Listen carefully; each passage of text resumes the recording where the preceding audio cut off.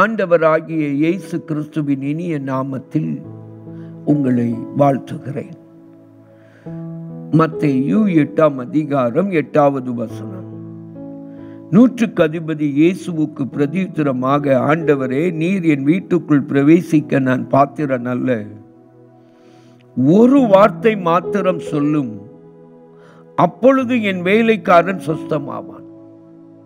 இந்த 100க்கு அதிபதி தாழ்மை உள்ளவர் மட்டுமல்ல, தன்னுடைய தகுதியின்மையை, அபாத்திர நிலைமையை மட்டும் உணர்ந்த மனிதர் மட்டுமல்ல, இவருக்குள் இருந்தது ஒரு விசுவாசம். அது என்ன விசுவாசம்? ஆண்டவருடைய வார்த்தையில் இருக்கிற வல்லமை, அவருடைய வார்த்தையில் இருக்கிற அதிகாரம். ஆண்டவருடைய வார்த்தை எத்தனை வல்லமை உள்ளது, எவ்வளவு அதிகாரம் மிகுந்தது. தன்னுடைய வேலைக்காரனுடைய வியாதியான இந்த திமிர் வாதத்தை குணமாக்க ஆண்டவருடைய ஒரு வார்த்தையால் முடியும். அவர் ஒரு வார்த்தை சொன்னால் போதும். என அன்பானவர்களே, இன்றைக்கு தேவன் தம்முடைய வார்த்தையை நமக்கு எழுதி தந்திருக்கிறார். அன்றைக்கு 100க்கு அதிபதியின் கரத்தில் இந்த முழு வேதாகமம் இல்லை.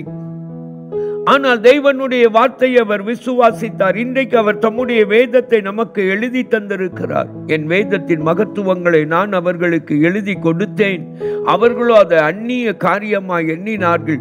என் வேதத்தை மறந்தார்கள், நான் அவர்கள் பிள்ளைகளை மறந்து விடுவேன் என்று ஆண்டவர் எச்சரிக்கிறார். இந்த வேத வசனத்திற்கு உங்களுடைய வாழ்க்கையில் இடம் கொடுங்கள். இதன் வேத வசனத்தின் எழுத்துக்களை, வேத வசனத்தின் வார்த்தைகளை விசுவாசியுங்கள். உங்களுடைய வாழ்க்கையில் அற்புதம் பிறக்கும். வேதம் என்ன சொல்லுகிறது?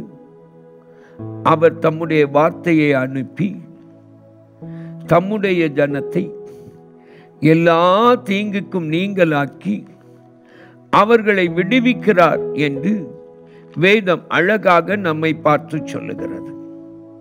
ஆண்டவருடைய வார்த்தையின் வல்லமைதான் எவ்வளவு பெரியது பாருங்கள். அவர் தம்முடைய வார்த்தையை அனுப்புகிறாராம். அவர் தம்முடைய வசனத்தை அனுப்பி அவர்களை குணமாக்கி அவர்களை அழிவுக்கு தப்புவிக்கிறார். சங்கீதம் 107:20. அவருடைய வார்த்தை, அவருடைய வசனம் அத்தனை வல்லமை உள்ளது. அதை அப்படியே விசுவாசிங்க, அப்படியே ஏற்றுக்கொள்ளுங்க. அது உங்கள் வாழ்க்கையில் அற்புதத்தை கொண்டு வரும்.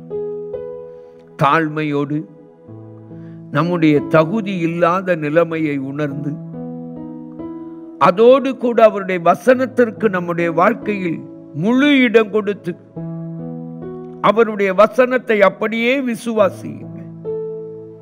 அவருடைய வசனம் அனுப்பப்படும், நம்முடைய அழிவுக்கு தப்புவிக்கப்படுவோம், நம்முடைய வியாதிகள் சுகமாகும், நம்முடைய வாழ்க்கையில் விடுதலைகள் பிறக்கும், அற்புதங்கள் நடக்கும், அதிசயங்களை காண்பீர்கள். ஜெபிப்போமா? அன்பின் பரம தகப்பனே, உமக்கு நன்றி சொல்லுகிறோம். எங்கள் வாழ்க்கையில் இன்றைக்கும் அற்புதங்களை செய்கிற கர்த்தர் எங்களோடு இருக்கிறீர். உமக்கு நன்றி. உம்முடைய வசனத்தை, உம்முடைய வார்த்தையை அப்படியே விசுவாசிக்கிறவர்களாய் எங்களை மாற்றும். இயேசுவின் மூலம் வேண்டிக் கொள்கிறோம் பிதாவே. ஆமென், ஆமென். அன்பானவர்களே, உங்கள் ஜெப தேவைகளுக்கும் மேலதிக விவரங்களுக்கும் தொடர்பு கொள்ள வேண்டிய எங்கள் முகவரி: சகோதரர் பி. பொற்செல்வன் ஆசீர், கிருபையின் ஊழியங்கள், ஆபிரகாம் நகர், பெரிய நாயகபுரம், தூத்துக்குடி 628101.